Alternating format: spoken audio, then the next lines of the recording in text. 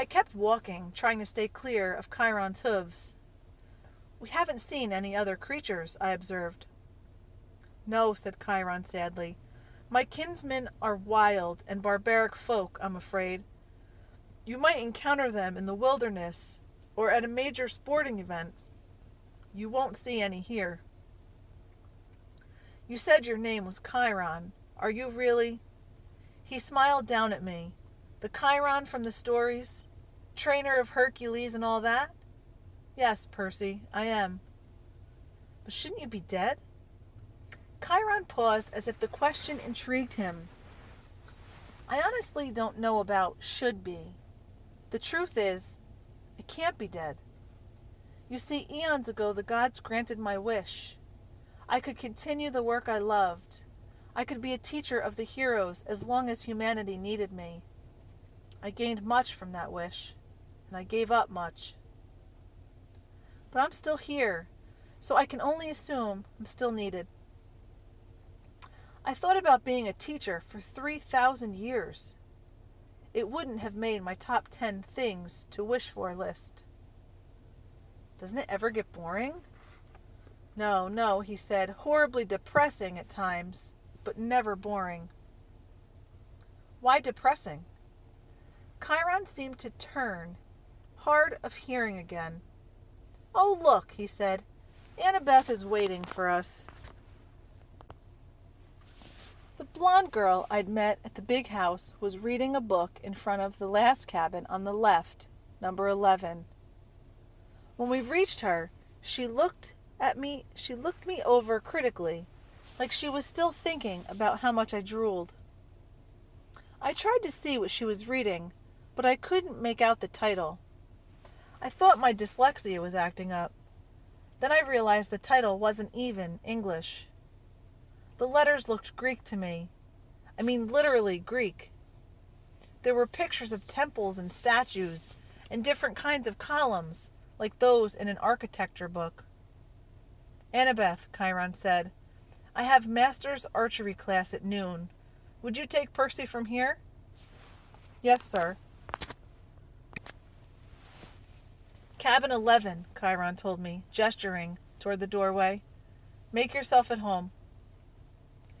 Out of all the cabins, 11 looked the most like regular old summer camp cabin, with the emphasis on old. The threshold was worn down, the brown paint peeling. Over the doorway was one of the doctor's symbols, a winged pole with 2 snakes wrapped around it. What did they call it? A caduceus? Inside, it was packed with people, both boys and girls, way more than the number of bunk beds. Sleeping bags were spread all over the floor. It looked like a gym where the Red Cross had set up an evacuation center. Chiron didn't go in. The door was too low for him. But when the campers saw him, they all stood and bowed respectfully. "Well then," Chiron said, "good luck, Percy. I'll see you at dinner." He galloped away toward the archery range. I stood in the doorway, looking at the kids. They weren't bowing anymore. They were staring at me, sizing me up. I knew this routine. I'd gone through it at enough schools. "Well," Annabeth prompted, "go on." So naturally, I tripped coming in the door and made a total fool of myself. There were some snickers from the campers, but none of them said anything.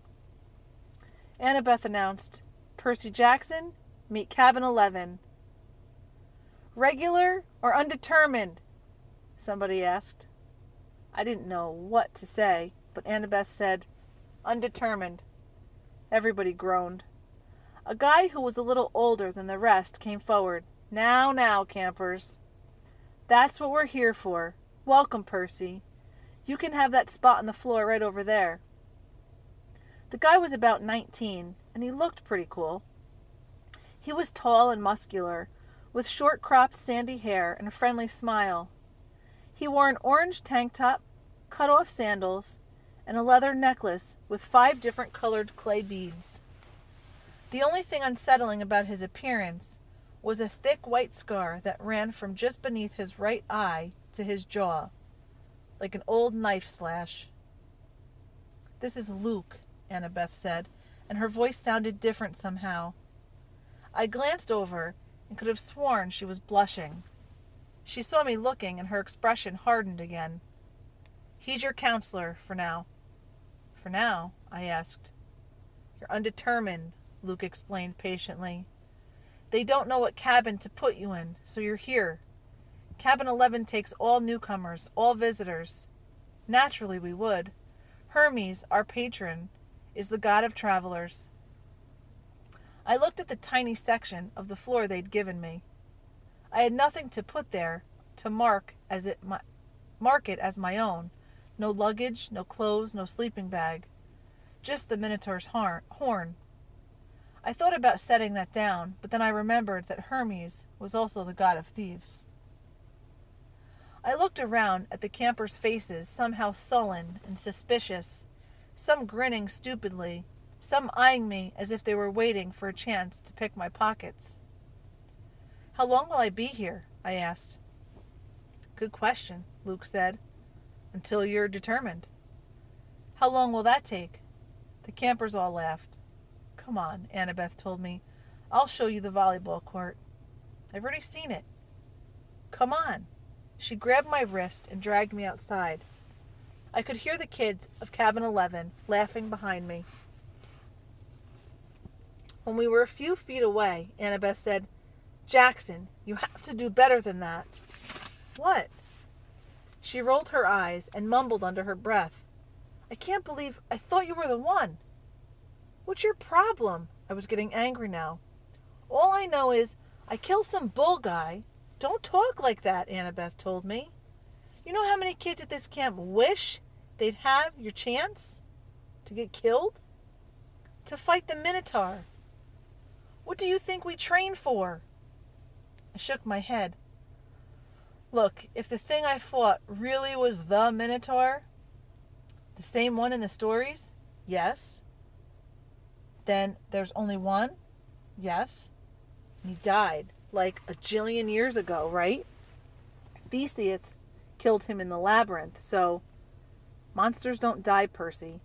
They can be killed, but they don't die." "Oh, thanks. That clears it up." "They don't have souls like you and me. You can dispel them for a while, maybe even for a whole lifetime if you're lucky. But they're primal forces. Chiron calls them archetypes. Eventually, they reform." I thought about Mrs. Dodds. "You mean if I killed one accidentally with a sword? Your math teacher?" "That's right. She's still out there. You just made her very, very mad." "How did you know about Mrs. Dodds?" "You talk in your sleep." "You almost called her something. A fury? They're Hades' torturers, right?" Annabeth glanced nervously at the ground, as if she'd expected it to open up and swallow her. "You shouldn't call them by name, even here. We call them the kindly ones, if we have to speak of them at all. Look, is there anything we can say without it thundering?" I sounded whiny, even to myself, but right then, why do I have to stay in Cabin 11 anyway? Why is everybody so crowded together? There are plenty of empty bunks right over there. I pointed to the first few cabins, and Annabeth turned pale. "You just don't choose a cabin, Percy. It depends on who your parents are, or your parent." She stared at me, waiting for me to get it. "My mom is Sally Jackson," I said. "She works at the candy store in Grand Central Station. At least, she used to." "Sorry about your mom, Percy, but that's not what I mean. I'm talking about your other parent, your dad. He's dead. I never knew him." Annabeth sighed. Clearly, she'd had this conversation before with other kids. "Your father's not dead, Percy." "How can you say that? You know him?" "No, of course not." "Then how can you say, 'Because I know you'? You wouldn't be here if you weren't one of us." "You don't know anything about me." "No?" She raised an eyebrow. I bet you moved around from school to school. I bet you were kicked out a lot of them. How? Diagnosed with dyslexia, probably ADHD too. I tried to swallow my embarrassment. What does that have to do with anything? Taken together, it's almost a sure sign. The letters float off the page when you read, right? That's because your mind is hardwired for ancient Greek. In the ADHD, you're impulsive, can't sit still in the classroom. That's your battlefield reflexes. In a real fight, they'd keep you alive. As for attention problems, that's because you see too much, Percy, not too little. Your senses are better than a regular mortal's. Of course your teachers want you medicated. Most of them are monsters. They don't want you seeing them for what they are. You sound like you went through the same thing. Most of the kids here did. If you weren't like us, you couldn't have survived the Minotaur, much less the ambrosia and nectar. Ambrosia and nectar? The food and drink we were giving you to make you better, that stuff would have killed a normal kid. It would have turned your blood to fire and your bones to sand, and you'd be dead. Face it, you're a half-blood. A half-blood. I was reeling with so many questions. I didn't know where to start. Then a husky voice yelled, "Well, a newbie!" I looked over. The big girl from the ugly red cabin was sauntering towards us. She had 3 other girls behind her, all big and ugly and mean-looking like her, all wearing camo jackets. "Clarice," Annabeth sighed. "Why don't you go polish your spear or something?" "Sure, Miss Princess," the big girl said, "so I can run you through with it Friday night." "Ere as Caracas," Annabeth said, which I somehow understood was Greek for "go to the crows," though I had a feeling it was a worse curse than it sounded. "You don't stand a chance." "We'll pulverize you," Clarice said, but her eye twitched. Perhaps she wasn't sure she could follow through on the threat. She turned toward me. "Who's this little runt?" "Percy Jackson," Annabeth said. "Meet Clarice, daughter of Ares." I blinked. "Like the war god?" Clarice sneered. "You got a problem with that?" "No," I said, recovering my wits. "It explains the bad smell." Clarice growled. "We got an initiation ceremony for newbies, Prissy." "Percy." "Whatever. Come on, I'll show you." "Clarice," Annabeth tried to say. "Stay out of it, wise girl." Annabeth looked pained, but she did stay out of it, and I didn't really want her help. I was the new kid. I had to earn my own rep. I handed Annabeth my Minotaur horn and got ready to fight, but before I knew it, Clarice had me by the neck and was dragging me toward a cinder block building that I knew immediately was the bathroom. I was kicking and punching. I'd been in plenty of fights before, but this big girl, Clarice, had hands like iron. She dragged me into the girls' room. There was a line of toilets on one side and a line of shower stalls down the other. It smelled just like any other public bathroom, and I was thinking, as much as I could think with Clarice ripping my hair out, that if this place belonged to the gods, they should have been able to afford classier Johns. Clarice's friends were all laughing, and I was trying to find the strength I'd use to fight the Minotaur. But it wasn't there. "Like he's big 3 material," Clarice said as she pushed me toward one of the toilets. "Yeah, right. Minotaur probably fell over laughing. He was so stupid looking." Her friends snickered. Annabeth stood in the corner watching through her fingers. Clarice bent me over on my knees and started pushing my head toward the toilet bowl. It reeked like rusted pipes and, well, like what goes into toilets. I strained to keep my head up. I was looking at the scummy water, thinking, I will not go into that. I won't. Then something happened. I felt a tug in the pit of my stomach. I heard the plumbing rumble, the pipes shudder. Clarice's grip on my hair loosened.